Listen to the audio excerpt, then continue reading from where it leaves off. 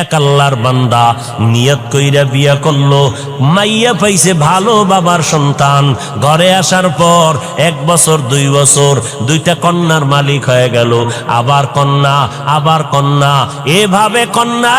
ওই লোকটা চায় একটা ছেলে 2টা ছেলে, আমার ঐতিহ্য ধরে রাখবে কে, আমার এই ব্যবসা বাণিজ্যকে ধরে রাখবে, মনে মনে চায় আমার ছেলে দরকার অনেক, কিন্তু একটা ছেলেও নাই। আল্লাহর মর্জি, আল্লাহ কন্যা দেয় 1 2 3 4, এভাবে হতে হতে 6টা কন্যা সন্তানের বাবা হয়ে গেল এই বান্দা। এবার মাথা পুরা গরম, গরম হতে হতে এক পর্যায়ে গরম হইয়া কয়, ও আমার স্ত্রী, 7ম যদি সন্তান হয়, ছেলে যদি না হয়, গাত্তি রেডি কর, বাবার বাড়ি তালাক দিয়া বাড়ি ফিরাইয়া দিব, আর তোরে নিয়ে ঘর করব না। কন্যা সন্তান আমি চাই না, আমি চাই ছেলে, কন্যা দরকার নাই। আল্লাহর বান্দি স্বামীর সাথে কখনো তর্কে জড়ায় না, কারণ স্বামীর পদতলে স্ত্রীর জন্য আল্লাহর রহমত বর্ষিত। ও স্বামী, মদিনার নবী বলেন, আল্লাহ যদি আল্লাহ ব্যতীত অন্য কাউকে সেজদা করার আদেশ দিতেন, নারীদেরকে বলতো পুরুষের কদমের মধ্যে সেজদা করো। এরে নবীর উম্মতের দল, আল্লাহ ছাড়া আর কাউকে সেজদা করা যেহেতু জায়েজ নাই, এই জন্য কোন নারী স্বামীর কদমে সেজদা করতেও পারবে না। আল্লাহর বান্দা আল্লাহর কাছে বারবার ছেলে চায়, স্ত্রীর সাথে রাগ করে।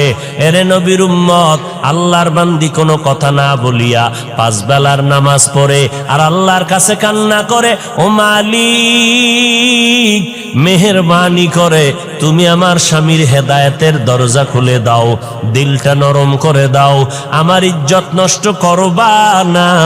জীবনে বিয়া হইছে মাত্র একটা, আমি মরিয়া গেলে যাব। দ্বিতীয় বিয়ার জন্য মেয়েরা কান্দে না, জাতের মেয়েরা কয় আমার জীবনে বিয়া হবে একটাই, একটা বিয়েই হবে। ও আল্লাহ, আমার স্বামীর ঘর আমি ছাড়ব না, তুমি আমার স্বামীর হেদায়েতের দরজা খুলে দাও। মাইয়াহদিল্লাহু ফাহুয়াল মুহতাদ ওয়া মাইয়ুদলিল ফালান তাজিদা লাহু ওয়ালিয়াম মুরশিদা। হেদায়েতের মালিককে একমাত্র আমার আল্লাহ। আল্লাহ যদি চান হেদায়েত পাবে, যদি কপাল খারাপ হয়, কপালে হেদায়েত আসবে না। হেদায়েত পাওয়ার মতো কোনো মুর্শিদও খুঁজে পাবে না, কোনো পথ প্রদর্শক খুঁজে পাবে না।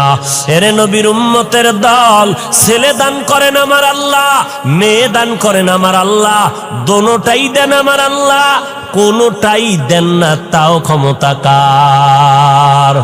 লিল্লাহি মুলকুস সামাওয়াতি ওয়াল আরদ ইয়াহাবু লিমান ইয়াশাউ ইনাসা ওয়া ইয়াহাবু লিমান ইয়াশাউ যুকুর আও ইউযাওয়িজুহুম যুকরানা ওয়া ইনাসা ওয়া ইয়াজআলু মান ইয়াশাউ আকিমা ইন্নাহু আলীমুন কাদির।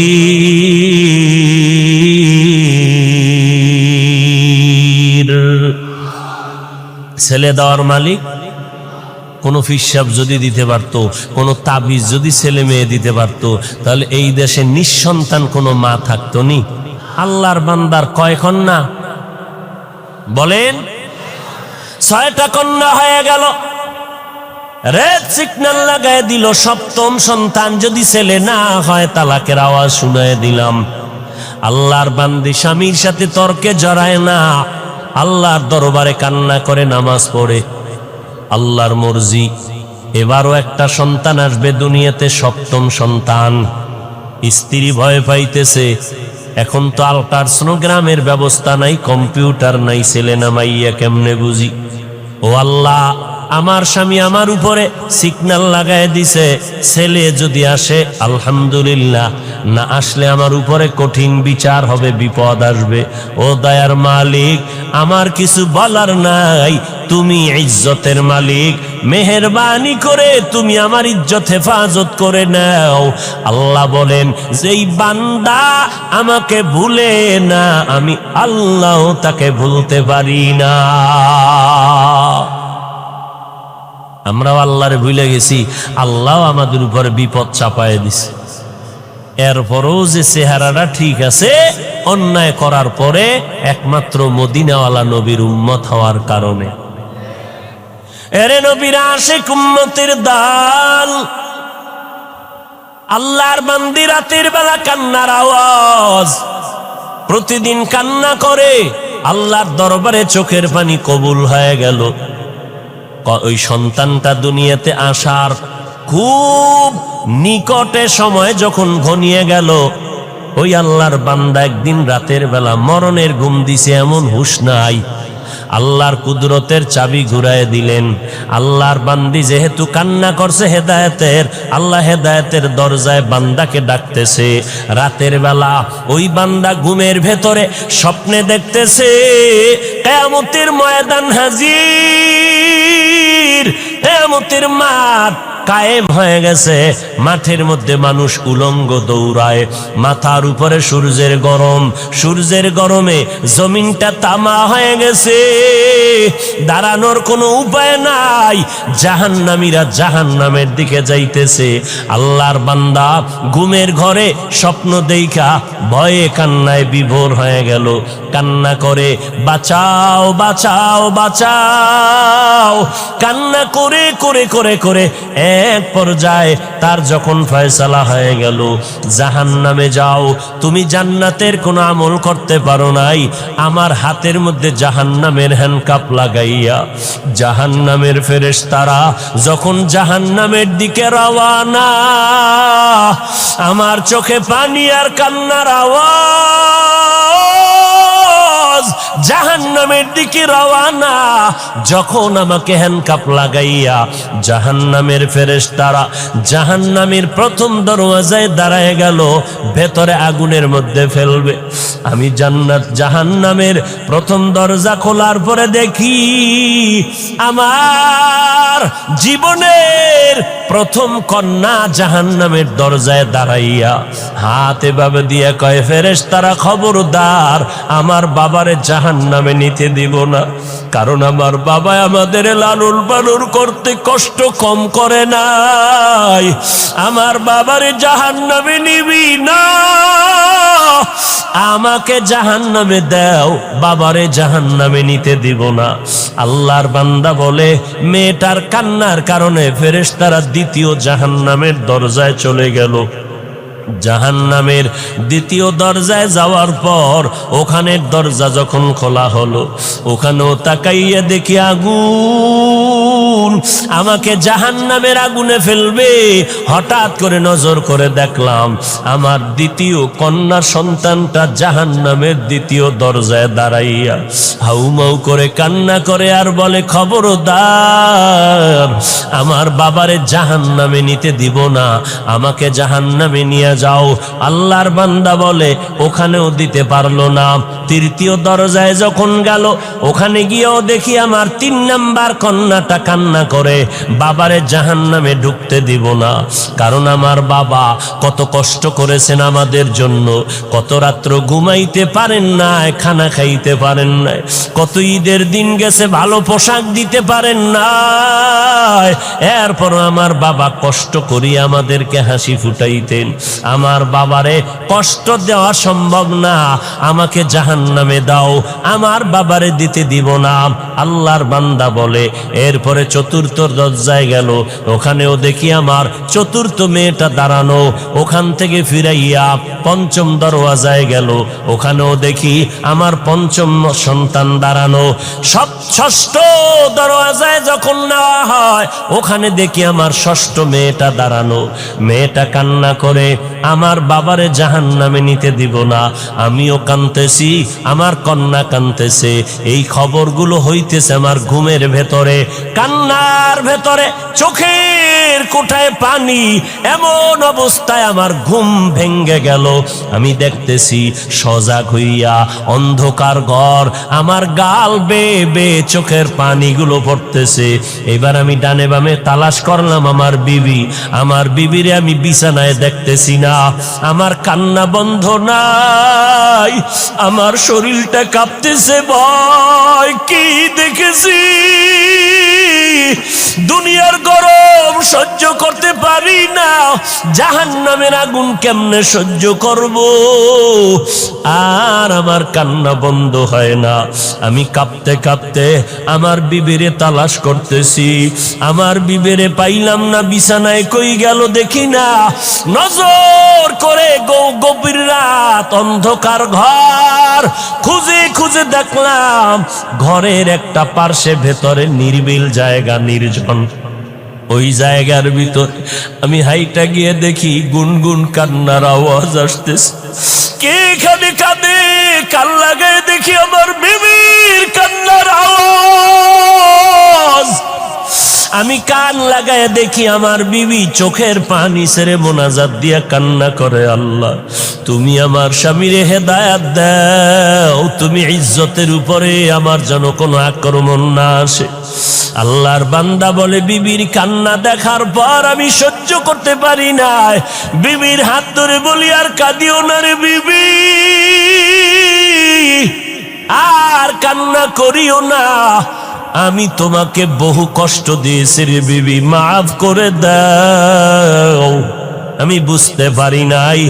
আল্লাহর কাছে দোয়া করি আমার আর একটাও যেন কন্যা হয়, কারণ আমার 7টা কন্যা যদি হয় 7টা জাহান্নামের দরজা থেকে আমি বেঁচে যাব। ও বিবি, আমাকে মাফ করে দাও, আমি আর তোমারে কোনো খারাপ কথা বলবো না। এরে এলাকার মুসলমান, পর্দার আড়ালের মা বোনেরা, ও বৃদ্ধ বাবাজি, আল্লাহর কাছে এমন সন্তানের জন্য দোয়া করা দরকার। আল্লাহ সন্তান যদি দাও, নেককার সন্তান দিও, এমন সন্তান যেন না পাই যেই সন্তানের কারণে মা বাবার ইজ্জত নষ্ট হবে, মা বাবা সমাজে মুখ দেখাইতে পারবে না। ও আল্লাহ, তুমি কন্যা দাও আলহামদুলিল্লাহ, তুমি ছেলে দিল আলহামদুলিল্লাহ, তবে আদর্শওয়ালা নেক আমলওয়ালা ভালো সন্তান তুমি দিও। যেই সন্তান কন্ট্রোলে আসবে না ওই সন্তান আমরা চাই না। উস্তুনে হান্নানা আজ হাজরে রসুল নালামি জাদ হামচু আর বাবুল। গাছের জন্য আমার নবী রহমত, মাছের জন্য রহমত, রুহের জগতে আমার নবী রহমত। আল্লাহ সব আত্মাগুলো জমা করে বললেন, আলাস্তু বিরব্বিকুম, আমি কি তোমাদের রব না? সর্বপ্রথম আপনার আমার নবীর আত্মা জবাব দিল, বালা, হ্যাঁ আপনি আমাদের রব। আমার নবীর জবাবের পর সব মুমিনের আত্মা জবাব দিল, আপনি আমাদের রব। বেঈমানের আত্মাগুলো জবাব দিল, আপনি আমাদের রব। দুনিয়ার জমিনে আমার নবী রহমত। আজ আমরা নবীর উম্মত হইয়া কত ধন্য। অন্য নবীর উম্মতের হায়াত অনেক বেশি, অনেক সওয়াব কামাই করেছেন। আল্লাহ বলেন, ও নবী, আপনার উম্মতের হায়াত কম, তবে এই কম হায়াতে আমি আল্লাহ বরকত দিব অনেক বেশি। আপনার উম্মতেরা 5 বেলার নামাজ পড়বে, আপনার কারণে আমি 50 ওয়াক্ত নামাজের সওয়াব দান করব। আরো আস্তে করে বলেন, আপনার উম্মতেরা জমিনের যে কোনো জায়গায় সিজদা করবে, আমি কবুল করে নিব। আপনার উম্মতেরা যে কোনো দ্বীনি মজলিসে বসবে, আমি আল্লাহ সাথে সাথে সবার গুনাহগুলো মাফ করে দিব। আতিনা ফি দারে দুনিয়া না হাসান, আতিনা ফি দারে উকবানা হাসান, ইয়া গিয়াসাল মুস্তাগীসিন ইহদিনা লিফতিখারা বিল উলুমি ওয়াল গিনা। আমার নবীর জন্য পিপিলিকা কাঁদতেছে। ও দয়ার মালিক, একটু বাইতুল্লাহ দেখায় দাও, মদিনার রওজাটারে দেখায় দাও। আল্লাহ বলে, মক্কার কবুতর জলদি করে যাও, অমুক এলাকার গর্তের থেকে পিপিলিকা আমার ঘর দেখবে, বাইতুল্লাহ যাও। পায়ের সাথে বাজাইয়া বাইতুল্লাহ দেখায় ঘুরাইয়া মদিনার উপর দিয়া তারে আবার জায়গায় পৌঁছাইয়া দাও। গর্তের সাপ আমার নবীর মোলাকাতের জন্য দীর্ঘদিন অপেক্ষমান, জঙ্গলের প্রাণী আমার নবীর জন্য পাগল। সাহাবায়ে কেরাম বলেন, আমরা রাস্তা দিয়ে হাঁটতেছি, আমাদের নবীর পেছনে বারবার ডানে বামের থেকে বারবার সালামের আওয়াজ পাইতেছি, কিন্তু মানুষ দেখি না। রহমতের নবী বারবার কেন সালামের আওয়াজ পাইতেছি? নবী বলেন, জানো না রে সাহাবা, আমি মুহাম্মদের আগমনের খবর পাইয়া জঙ্গলের প্রাণীরা সব আমি মুহাম্মদের সালাম জানাইতেছি। জঙ্গলের প্রাণীরা নবীরে চিনল, গর্তের পিপিলিকা সাপ চিনল। কপাল পোড়া মুসলমান, আজ আমরা সেই নবীরে চিনলাম না। যদি নবীরে চিনতিরে যুবক, বেঈমানের পা চাটা গোলাম হইয়া মাথার চুল কাটিয়া ইন্দুর আর বান্দরের মতো হইতি না। तुको जाओ सुन्नते अहमद को जा बा मोहम्मद के बुअद निस्बत तोरा मन अहब्बा सुन्नती कौले रसूल मजदाए काना मई हम कुन कबूल वमा अरसलनाका इल्ला रहमतल लिल आलमीन।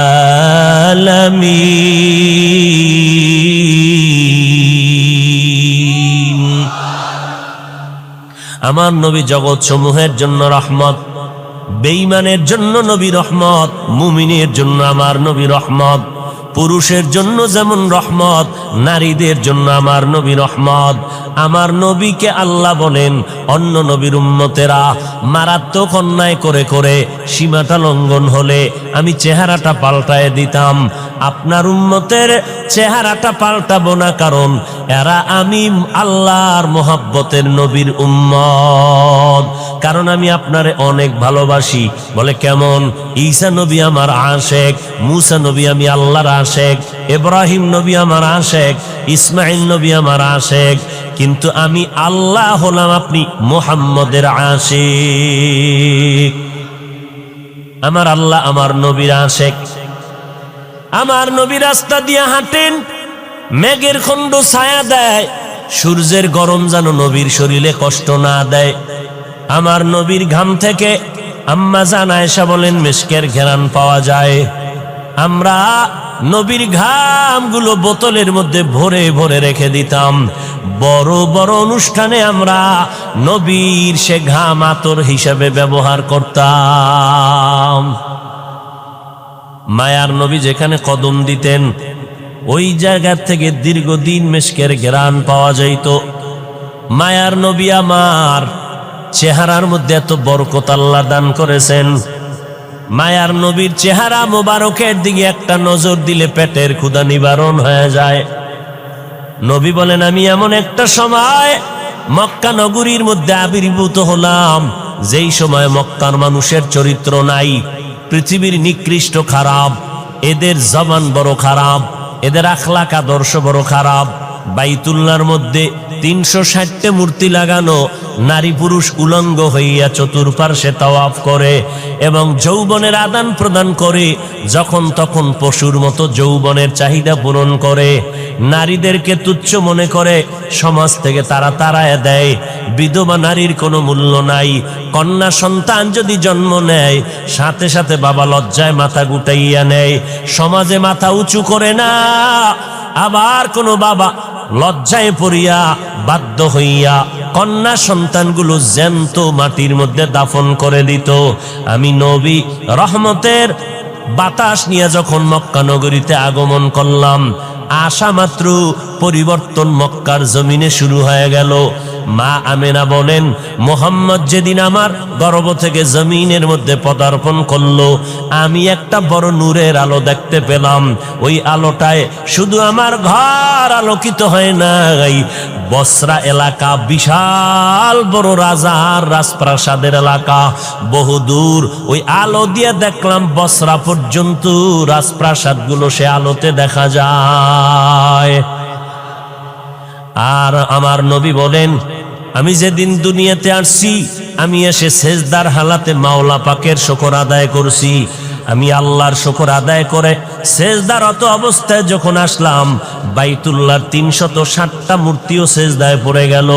আমি নবী যখন দুনিয়াতে আসছি রহমতের বাতাস নিয়ে, ওই পারস্যের মধ্যে প্রজ্বলিত 1000 বছরের আগুনটা ঠাস করে নিভে গেল।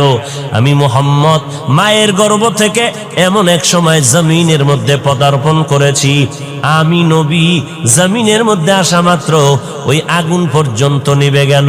এরে নবীর উম্মতের দল, আমি নবী আসা মাত্র আমার আম্মা জান আমেনা বলতেছেন, আরে মহিলারা বাচ্চা গর্ভে নিলে কত কান্না, কত ব্যথা, কত কষ্ট। আম্মা জান বলে আমি কোনো কষ্ট পাই নাই। আল্লাহর নবী বলেন, আমি খতনাকৃত অবস্থায় জমিনের মধ্যে পদার্পণ করেছি।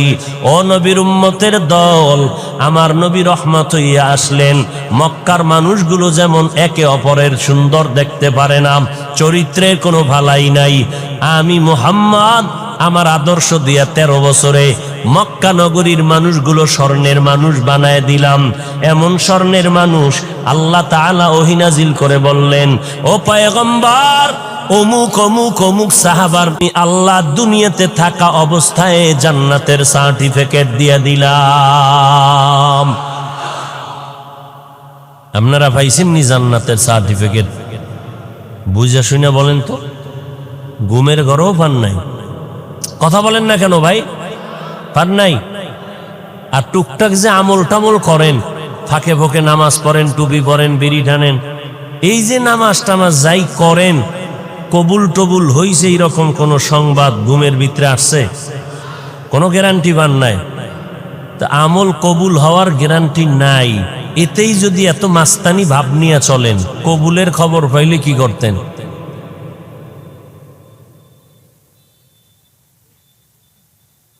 হায় হায় হায়,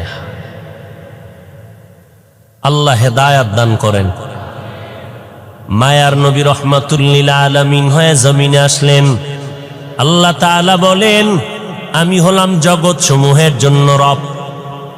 আলহামদুলিল্লাহি রাব্বিল আলামিন, আমি হলাম জগৎ সমূহের জন্য রব। আর আমার মুহাম্মদ জগৎ সমূহের জন্য হলেন রহমত। আমি হলাম রব্বুল আলামিন, আমার বন্ধুটাকে বানায় দিলাম রহমাতুল লিল আলামিন।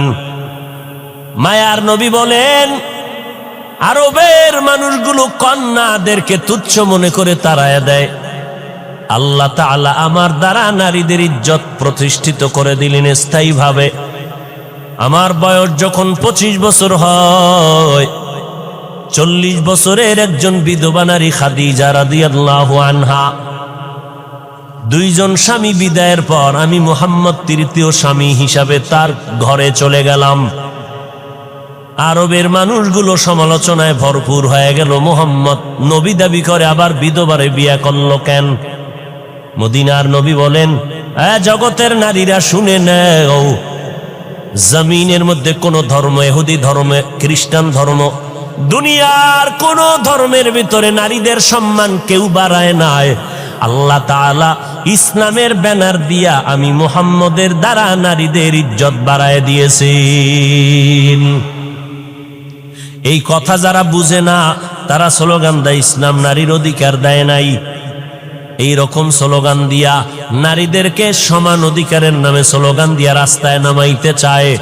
নারীর ইজ্জত নষ্ট করার স্লোগান দিয়া এরা বল ইসলাম নারীরে আটকাইয়া দিছে 4 দেওয়ালের ভেতরে, নারীর সম্মান ইসলাম দিতে পারে নাই। এরে নবীর উম্মতের দল, আল্লাহর নবী বলেন ইসলাম ছাড়া দুনিয়ার কোন তন্ত্র মন্ত্রে নারীর সম্মান মর্যাদা বাড়াতে পারে নাই। যারা বিশ্বাস করে না তারা নারীর দুশ্মন, তারা মানবতার দুশ্মন, তারা ইসলামের দুশ্মন। কন্যা সন্তানদের তারা অবহেলা করে, কন্যা সমাজের বোঝা। মদিনার নবী বলেন, ও দুনিয়ার মানুষ, একটা কন্যার যদি বাবা হও, তুমি অন্তরে খুশি হও, তুমি একটা জান্নাতের মালিক হয়ে গেছো। দুইটা কন্যার যদি বাবা হতে পারো, তুমি দুইটা কন্যা পাইয়া দুই জান্নাতের মালিক। তিনটা কন্যা যদি পাও, তুমি তিনটা জান্নাতের মালিক। চার কন্যা পেলে তুমি চারটা জান্নাতের মালিক। এরে নবীর উম্মতের দল, বর্তমান দুনিয়াতে এমন কিছু দুশ্মন আছে, মাওলার কাছে ছেলে হইলে খুশি, মাইয়া হইলে বড় বেজার। আসেনি? মাইয়া হইলে বেজার যদি হও, তো তুই মাইয়া বিয়া করলি কে? ও নিমক হারাম, রসুলের দুশ্মন। কন্যা সন্তান হলে কষ্ট পায়, ছেলে হলে খুশি কেন? যৌতুকের নামে পচা পায়খানা খাওয়া যাবে মজা করে, কি ঠিক না? কুকুরকে বিরিয়ানি পোলাও যদি দাও, কলিজা ঠান্ডা হবে না যতক্ষণ না পাক না দিবা। এই সমাজের মানুষের যতই বয়ান দেই না কেন, এরপরেও তাদের হারাম খাইতেই হবে, না খাইলে কলিজা ঠান্ডা হবে না। ছেলেটা হইলে খুশি, এই ছেলেরে যৌতুক নিয়ে বিয়া করাবো। যেই মাইয়া আমার ছেলেরে দিবি, আগে কন্টাক্ট করে বিদেশ নিবি নি, ভিসাটা দিতে পারবি নি, তাহলে আমার মাই তোমার মেয়েটা নিব। তোমার ছেলে ভিসা দিল, ভিসা পাইয়া বউ ফালাইয়া এবার আবার বিদেশ চলে গেল। বলো তোমার বউরে কার কাছে পাহারা দিলে? আমার ছোট ভাই আছে না, আমার ছোট ভাই পাহারা দিবে। ঘরের মধ্যে সমাজের ভেতরে জেনার আড্ডাখানা বানায় দিলারে ভাই, নারীর উপরে জুলুম করলা যৌতুক নিয়া। 250 গ্রাম বাথরুমে 2 কাপ পায়খানা খাইলে এই পরিমাণ আল্লাহ বেজার হবে না? যৌতুকের নামে পচা পায়খানা খাইলে যেই পরিমাণ আমার আল্লাহ বেজার। কারণ পায়খানা খাইয়া হালাল সাবান দিয়া কুলি করবি, মুখের গন্ধ চলে যাবে। কিন্তু যৌতুক খাইয়া শ্বশুরের কাদাইলি, শাশুড়ির চোখের পানি ফালাইলি, বউটার উপরে জুলুম করলি। খোদার কসম একবার, আল্লাহর কসম 2 বার, আল্লাহর কসম 3 বার, যৌতুক নিয়ে যারা বিয়া করবি, তোদের মরণ পর্যন্ত সংসারে কোনোদিন শান্তি হবে না। শান্তি দেওয়ার মালিক তোমার আব্বা কে? আল্লাহ শান্তি দিবে আল্লাহর সাথে গাদ্দারি করলে। हकीकत से तो दुनिया बेखबर है, दुनिया की नुमाइश पर नजर है।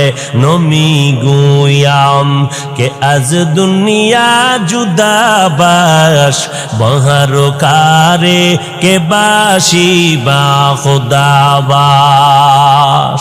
আল্লাহ 2টা হাত দিছে, এটা রশি দিয়া বাইন্দা রাখার লাগি। 2 হাত দিয়া কামাই করবি, বিয়ার আগে বলবি আমি নিজের পায়ে দাঁড়ায় গেছি, শ্বশুরের গোষ্ঠী আয়, বিয়া যে করব সেও আমারটা খাবি, তোর মায়েরে খাওয়াবো, শ্বশুর বাড়ির বাবারে খাওয়াবো, 14 গোষ্ঠীরে খাওয়াইয়া রাখবো। কোনোদিন খোটা যেন দিতে না পারো, তোর বাড়ির থেকে খেয়েছি, তোর বাড়ির খাট লাগবে না, আলমিরা লাগবে না, আমি টাকা দিয়া খাট, আলমারি, চেয়ার, সোফা কিনে ফেলবো। তোর বিয়া করার সময় তোর বাবায় যদি স্বর্ণের অলংকারও দিতে না পারে, লাগবে না, আমি নিজে তোর চেইনের ব্যবস্থা করে দিব, স্বর্ণের ব্যবস্থা করে দিব। আমি যদি তোরে লালন পালনের জিম্মেদারি নিতে নাই পারি, তো বিয়া করার কোনো সার্থকতা নাই। অতএব আমি একজন পুরুষ, পুরুষ না, আমি মদিনাওয়ালা নবীর একজন উম্মত। অতএব আমি হারাম কখনো খাবো না, প্রয়োজনে মরিয়া যাব, না হয় আল্লাহকে রাজি করে চলবো। আপনাদের এলাকায় গজব আসেনি? হ্যাঁ, বলেন তো, এই হারাম খাইয়া শান্তিতে আছে কারা? ওর ঘরের সন্তান সব কুতুবুল আলম। হ্যাঁ, নাই নাই নাই নাই। আল্লাহ হেদায়াত দান করুন। আরো জোরে বলেন, ওয়ামা আরসালনাকা ইল্লা রাহমাতাল লিল আলামিন। কেমন মায়ার নবী, নারীর জন্য রহমত। আম্মা জান খাদিজাকে বিয়া করিয়া রহমত বর্ষণ করে দিলেন। ও দুনিয়ার মানুষ, বিধবা নারীর এত সম্মান। আমি মুহাম্মদ এই খাদিজার গর্ভ থেকে সন্তান পেয়েছি। আমি মুহাম্মদও কোনো ছেলে নাই, আমিও 4 কন্যার বাবা। কন্যা হইলে খুশি না বেজার? বাবা খুশি হইও, মনে মনে চাইছিল আল্লাহ একটা ছেলে দিও।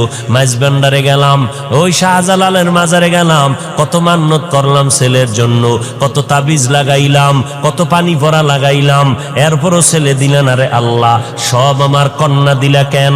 আমার বুঝি বিপদ ঘনায় আসতেছে? আল্লাহর কসম করে বলি রে বাবা, ছেলে হইয়া তোমার হয়তো বা ক্ষতির কারণ হয়ে যেত। কারণ কয়েকদিন আগে তুমি দেখো নাই, মিডিয়ার মধ্যে দেখছো, বাড্ডা থানা, ঢাকার জমিনে বাড্ডা থানায় 2টা বড় বড় সন্তান রেখে বাবায় কোটি সম্পদ রেখে মরে গেল। ওই সন্তানেরা বাবার লাশটা ফালাইয়া বাবার সম্পদ ভাগ বটোয়ারা নিয়ে ঝগড়ায় লিপ্ত হয়ে গেল। সারা দিন রাত চলে গেল, বাবার লাশটা দাফন করার সময় পায় নাই। ও মোমেন শাহী এলাকার মানুষেরা, শেরপুরের মানুষ, তারাকান্দার মানুষ, ভালো করে শুনিয়া নাও। এমন কুলাঙ্গার সন্তান জন্ম দিয়া কোনো লাভ নাই, এমন কুলাঙ্গারের বাবা দাবি করে কোনো লাভ হবে না। যেই সন্তানের দ্বারা তোমার ইজ্জত থাকবে না, ওই সন্তান দিয়ে লাভ কি? জেলখানায় যাবা? এরে যুবক, আল্লাহর কাছে শক্তি আছে, শক্তিটারে গনিমত মনে কর। কোনদিন এই 2 হাত দিয়া কোনো মানুষের থেকে ভিক্ষা নিব না, নিজে কামাই করব, কোনদিন কারো থেকে ভিক্ষা নিব না। শ্বশুর বাড়ির তো পরের কথা, আল্লাহর দেওয়া হালাল রিজিক নিয়ে জীবন চালাবো। 2 হাত দিয়ে কষ্ট করে ঘাম দিয়া কামাই করব, অল্প খেয়ে থাকবো, বরকত হবে। দুনিয়াতেও বাদশার হালাতে স্বাধীনভাবে চলবো, পরকাল জীবনে আমি হাসতে হাসতে আল্লাহর জান্নাতে চলে যাব। এরে নবীর আশিক, তোমার ছেলে না হইয়া যদি দেখো আল্লাহ কন্যা সন্তান দান করেছেন, আল্লাহর মর্জি, আল্লাহর উপরে সেজদা করে শুকর আদায় করো রে বাবা। ছেলের দ্বারা যে উপকার না হইতো, আমার মাওলা তোমার কন্যার দ্বারা তার থেকে বেশি উপকার করবে। এই বাবারা, তোমাকে লাজ লজ্জা কবে হবে জানি না, একটু চিন্তা করিও। আজকে তোমার ঘরে 1টা মেয়ে 5টা ছেলে, বাবার জন্য কলিজা দিয়া মোহাব্বত কে করে বলেন তো? জোরে বলো। তুমি অসুস্থ হয়ে গেছো, মেয়েটা বেকার হয়ে গেছে, কান্নার আওয়াজ, খানা খায় না, বাবা আমার অসুস্থ। ছেলেরা খবর নেওয়ার টাইম নাই, কয়েকদিন ডাক্তারের পেছনে দৌড়াইয়া এবার গোপনে গোপনে ইমাম সাহেবের সাথে পরামর্শ করে, হুজুর হাদিয়া বাড়ায় দিব, জালালি খতম বড়।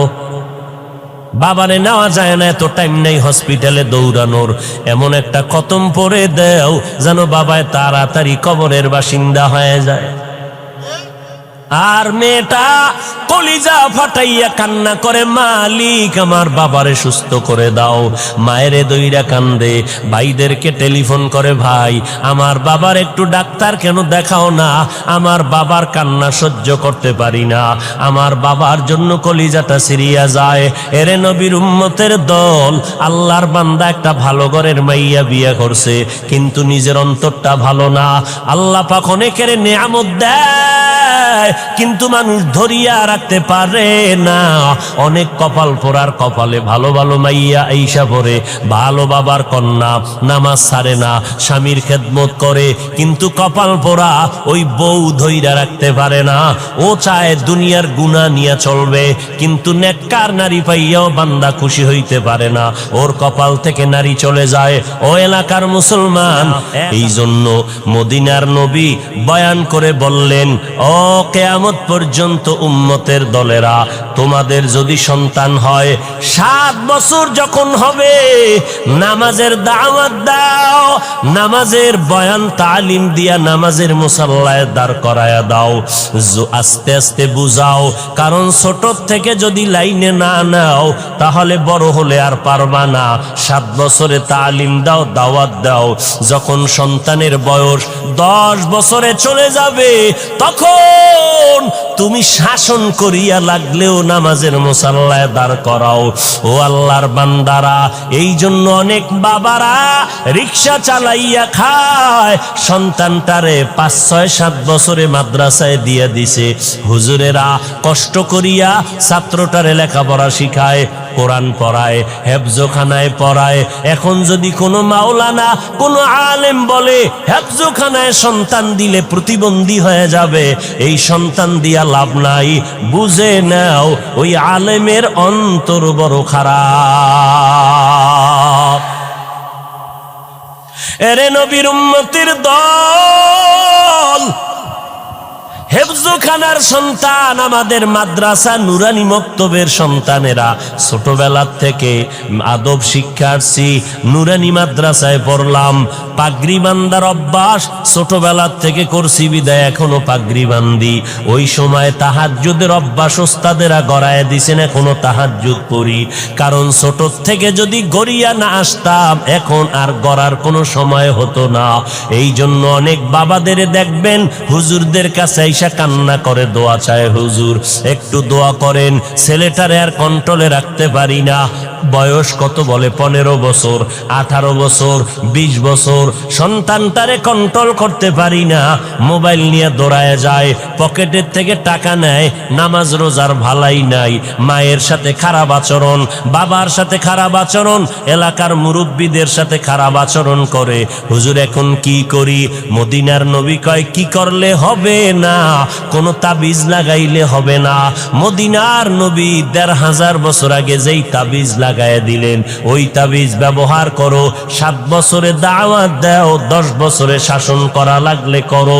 তারপরেও সন্তানের ছাড়িয়া দিও না, সময় হারাইয়া গেলে কানলেও কোনো লাভ হবে না। এরে নবীর উম্মতের দল, আমরা মাদ্রাসায় পড়েছি। ও যুবক, মনে মনে ভাবতেছো আজকে হুজুরদের কথা মতো যদি চলি, নবীর তরিকায় চলি, স্বাধীনতা থাকবে না, লেখাপড়ার স্বাধীনতা থাকবে না। ও নবীর আশেকের দল, আজকে আমিও যদি তোমার মতো চিন্তা করিয়া প্যান্ট শার্টটাই লাগাইয়া রাস্তায় চলতাম, কেউ আমারে বাধা দিত না। টুপিটা মাথায় দিলে মাথা গরম লাগে, কম বুঝি না, এরপরও কেন টুপি ফালাই না? দাড়িটা লম্বা করার কারণে যৌবনের ভাব চলে যায়, এরপরও কেন দাড়ি ফালাই না? লম্বা জামা পরার কারণে শরীর গরম লাগে, তারপরও কেন ফালাই না? কওমি মাদ্রাসায় লেখাপড়া করেছি, যেখানে পড়লে কোনো চাকুরি নাই, এরপরও কেন ওই রাস্তা ছাড়ি না? তাবলিগের পথ কেন ছাড়ি না? দেওবন্দীদের পথটা কেন ছাড়ি না? এরে নবীর উম্মতের দল, চিন্তা ভাবনা করে দেখলাম আল্লাহর কোরআন সত্য, নবীর কথা সত্য। আরো দেখলাম কি জানো, নবীর তরিকা মতো চলতে গেলে যারা কয় স্বাধীনতা থাকে না, আমরা দেখলাম আমাদের স্বাধীনতা তো নষ্ট হয় নাই। নবীর তরিকা সারা যারা, এরাও যেমন 3 বেলা খায়, আমরা নবীর তরিকাওয়ালারাও তো 3 বেলা খাই, আরো ভালো খাই, বেশি খাই। নবীর তরিকা যারা বাদ দিল, এরাও যেমন ব্যবসা চাকরি করে, আমরাও তো ব্যবসা চাকরি করার সুযোগ আছে। ও আল্লাহর বান্দা, যারা স্কুল কলেজে পড়তেছি, এরাও লেখাপড়ার স্বাধীনতা নিয়া, আমরাও তো স্বাধীনভাবে চলি। ওই যারা নবীর তরিকা মানে না, দেশ বিদেশ সফর করি, তো আমাদের তো সম্মানও কমে নাই, স্বাধীনতাও নষ্ট হয় নাই। আর পরকালের চিন্তা করে দেখলাম আজকে আমি চেয়ারে বসিয়া বয়ান করি, এই ময়দানে হাজার লাখো মানুষ, এই মানুষগুলো বয়ান শুনতেছে। আজ আমি বক্তা, আপনারা সবাই শ্রোতা। আমার কত দাম, কিন্তু চিন্তা ভাবনা করে দেখলাম যেদিন সাদা কাপুনের প্যাকেট রেডি হয়ে যাবে, আজরাইল আইসা বাঁশিতে সিগন্যাল দিয়ে আমার প্রাণ নিয়ে যাবে, ওই সাদা কাপুনে যেদিন ঢুকবো ওই দিন দেখা যাবে কেউ আমার পাশে নাই। আমার আত্মীয়, আমার রক্তের লোকেরা আমার গেঞ্জিটারে বেলেট দিয়ে কেটে রেখে দিবে। 3টা সাদা কাপুনের প্যাকেট বানাইয়া ওই মাটির গর্ভে কবরে রাখিয়া সবাই চলে যাবে। ওখানে আমার এত ভক্তবৃন্দ কেউ যাবে না, ওই কবরে কেউ আমার সঙ্গে থাকবে না, ওই কবরে একটা বাতিও কেউ দিবে না, টেলিফোনের ব্যবস্থাও হবে না। ওই কবরে যাওয়ার পরে মদিনার নবী বলেন, তুমি পীর নাকি মুরিদ, তুমি ধনী না গরিব, আলেম না মূর্খ, ফেরেশতারা জানতে চাইবে না। ফেরেশতাদের প্রশ্ন হবে 3টা, রবের পরিচয় দাও, ধর্মের পরিচয় দাও, রাহমাতুল লিল আলামিনের পরিচয় দাও। নবী বলেন, যারা জবাব দিতে পারবে তাদের কবর হবে রওজাতুম মির রিয়াজিল জান্নাহ, যারা দিতে পারবে না তাদের কবর হবে হুফরাতুম মিন হুফারিন নার। ওই অন্ধকার কবরে দুনিয়ার থেকে যারা রবের গোলাম হয়ে যাবে তারা জবাব দিয়ে দিবে রব্বি আল্লাহ। যারা ইসলাম মেনে চলবে কবরে গিয়া জবাব দিবে দীনি আল ইসলাম। যারা নবীর সুন্নতের আমল করে যাবে, নবীকে দেখা মাত্র চিনে ফেলবে, সাথে সাথে আমার আল্লাহ গাইবী আওয়াজ দিয়া বলবেন, ফেরেশতা 3.5 হাত কবর বড় একটা বালাখানা বানাও, জান্নাতের সাথে রাস্তা খুলে দাও, আমার বান্দা এখন জান্নাতের বিছানার মধ্যে আরামে ঘুমাবে। নবী বলেন, যারা রবের পরিচয়ের জবাব দিতে পারবে না, ধর্মের ব্যাপারে জবাব দিতে পারবে না, নবীর সুন্নতের আমল করে না, এত জবাব দিতে পারবে না। নবী বলেন, আল্লাহর ফেরেশতা যখন প্রশ্ন করবে তখন গুনাহগার বেনামাজিরা বলবে, হা হা লা আদরি, আমি কিছুই জানি না, কিছুই জানি না। আল্লাহর নবী বলেন, সাথে সাথে আমার আল্লাহ ডাইরেক্ট আওয়াজ দিয়া বলবেন, কবরের ফেরেশতা এই নাফরমানের আর সময় দিও না, আমি দুনিয়াতে কম সুযোগ দেই নাই, আমার দেওয়া পানি, বাতাস, সূর্যের আলো, চাঁদের আলো, নদীর মাছ, গাছের ফল, জমিনের ফসল খাইয়া এত বড় গাদ্দার আর নিমক হারাম একবারও আলহামদুলিল্লাহ বলে নাই। ওলামায়ে কেরামগণ পায়ে হাত ধরে ধরে নামাজের দাওয়াত দিত, এক বেলার নামাজও পড়ে নাই। এখন আর দেরি না করে কবরের মধ্যে জাহান্নামের বিছানাটা দিয়া দাও, জাহান্নামের সাথে রাস্তা বানায় দাও। 1টা না 2টা না, কবরে 99টা সাপ। আল্লাহর নবী বলেন, আমার আল্লাহ কুদরতের আওয়াজ দিয়া বলবেন, ওরে কবরের মাটি, ওই গুনাহগারের 2 পার্শ্ব থেকে জোরে জোরে চাপ দাও। কবরের মাটি এত জোরে চাপ দিবে, চাপের কারণে পাজরের হাড়গুলো চুরমার হয়ে যাবে রে বাবা। এরে যুবক, একটা মশার কামড় সইতে পারো না, একটা বেতের বাড়ি সইতে পারো না, সূর্যের গরম সহ্য করতে পারো না রে বাবা। গুনাহ নিয়ে কবরে গেলে ওই কবরে মাটির চাপ কেমন করে সহ্য করবা, জাহান্নামের আগুনের গরম কেমনে সহ্য করবা। আমার আল্লাহ তওবার দরজা দিয়ে ডাকে, ও গোলামেরা তওবা কর। জীবনে যদি চোখের পানি ছেড়ে তওবা করতে পারো, আমি আল্লাহ তোমারে মাফ করে দিব। এ যুবক ভাইয়েরা, আমার পর্দার আড়ালের মা বোনেরা, বৃদ্ধ বাবাজিরা, আমার মাওলাকে মনে মনে ডাকিয়া বলো, হে মালিক, এই ময়দানে আমার মতো গুনাহগার কেউ নাই। গুনার কারণে আমার হাত না পাক, আমার চোখ না পাক, আমার জিহ্বা না পাক, আমার অন্তর না পাক। আমার গুনার খবর আমার মা বাবা, ভাই বোন, পরিবারের কেউ জানে না। জানলে কেউ আমারে সম্মানের নজরে দেখতো না। ও মালিক, আপনি গুনার খবর জানার পর রাগ করিয়া পানিও বন্ধ করেন নাই, বাতাস বন্ধ করেন নাই, খানাও বন্ধ করেন নাই। ও আল্লাহ, আজকে তওবার নিয়ত করেছি, জীবনে কত নামাজ বাদ দিলাম। ও যুবকেরা, তোমার আমার মতো যুবক স্কুল কলেজে পড়ে, র্যাব, আর্মি, পুলিশ, বিডিআরের চাকরি করে, নামাজ ছাড়ে না, ড্রাইভারি করে, কৃষিকাজ করে, নামাজ ছাড়ে না। বলো তুমি কেন নামাজ পড়তে পারবা না? আল্লাহর কাছে তৌফিক চাও। ও আল্লাহ, আজকে থেকে তওবার নিয়ত করলাম, নামাজ বাদ দিব না, মা বাবার দোয়া নিয়ে চলবো, কষ্ট দিব না, ওলামায়ে কেরামের বিরোধিতা করে গুনাহগার হব না, আহলে হক ওলামাদের পরামর্শ নিয়ে চলবো, দেশ ও জাতির বিরুদ্ধে কোনো ষড়যন্ত্রে লিপ্ত হব না। ও দয়ার মাওলা, তুমি আমার তওবা কবুল করে নাও, তওবার উপরে চলার তৌফিক দান করো। তুমি যদি তৌফিক না দাও, আমি সঠিকভাবে টিকে থাকতে পারবো না, শয়তানের ধোকায় আমি পিছলে পড়ে যাব। ও আল্লাহ, খাঁটি অন্তরে তওবা করতেছি, আর নামাজ ছাড়বো না, দাড়ি কাটবো না, বেপরদায় চলবো না। ও যুবকেরা, আমার মাওলার কাছে তওবার নিয়ত করে ফেলো, দুনিয়াতে চিরদিন থাকা যাবে না। ওই অন্ধকার কবরে আমার নবীর কথা যদি সত্য মনে করো, গুনাহমুক্ত হইয়া কবরে যাও, আর আল্লাহর কাছে তওবার নিয়ত করে ফেলো। রিজিকের মালিক আল্লাহ, ইজ্জতের মালিক আল্লাহ, হায়াতের মালিক আমার আল্লাহ। আর কোনদিন গায়রুল্লাহর গোলামি করব না, আল্লাহর গোলামি, নবীর তরিকায় চলবো। তওবা করার যদি নিয়ত হয়, খাঁটি নিয়তে দুটো হাত আমার আল্লাহকে দেখাইয়া দাও। আয় আল্লাহ, আমাদের হাতগুলো কবুল করে নেন, তওবা কবুল করে নেন, তওবার উপরে মজবুত হইয়া চলার মতো তৌফিক দান করেন। আমিন। আলহামদুলিল্লাহি রাব্বিল আলামিন।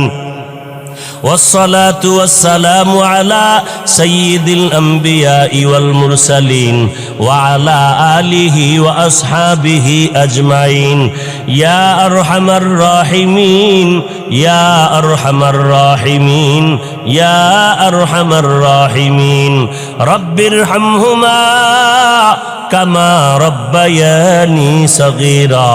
ও দয়ার মালিক, গুনার বোঝা মাথায় নিয়ে হাত তুললাম।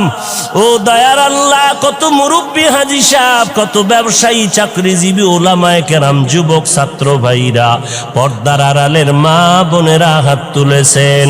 ও দয়ার মালিক, মেহেরবানি করে আমাদের জীবনের গুনাহগুলো মাফ করে দেন আল্লাহ। মাহফিল কবুল করে নেন, আয়োজনকারী সহযোগিতাকারীদের কবুল করে নেন। আয় আল্লাহ, আমার এই ময়দানে যারা ব্যবসায়ী, চাকরিজীবী, সবার কামাই রুজিতে বরকত বাড়ায় দেন। আয় আল্লাহ, আমার কলিজার যুবকদের দিনদার বানায় দেন, মা বোনদের আবেদা পর্দানিশী বানায় দেন, সন্তানগুলো নেককার বানায় দেন। আয় আল্লাহ, সমস্ত শিক্ষা প্রতিষ্ঠান নবীর আদর্শওয়ালা বানায় দেন, মসজিদ মাদ্রাসাগুলো কবুল করে নেন, এলাকার ঘরে ঘরে শান্তি দান করেন। আয় আল্লাহ, সুন্নতওয়ালা জিন্দেগি দান করেন, নবীজির রওজা বাইতুল্লাহ জিয়ারতের তৌফিক দান করেন। আয় আল্লাহ, দিলের নেক আশা পূরণ করে দেন। আয় আল্লাহ, সারা দুনিয়াবাসীকে মাফ করেন, বাংলাদেশ শান্তির দেশ বানায় দেন। আয় আল্লাহ, প্রশাসনিকভাবে যারা কাজ করে দিনদার বানায় দেন। আয় আল্লাহ, সরকার বাহাদুর থেকে সকল জনপ্রতিনিধিদেরকে দিনের খাদেম বানায় দেন। আয় আল্লাহ, রিয়া হাসাদ কিবির দূর করে আমাদেরকে ইখলাস দান করেন। আয় আল্লাহ, নবীজির রওজা বাইতুল্লাহ জিয়ারত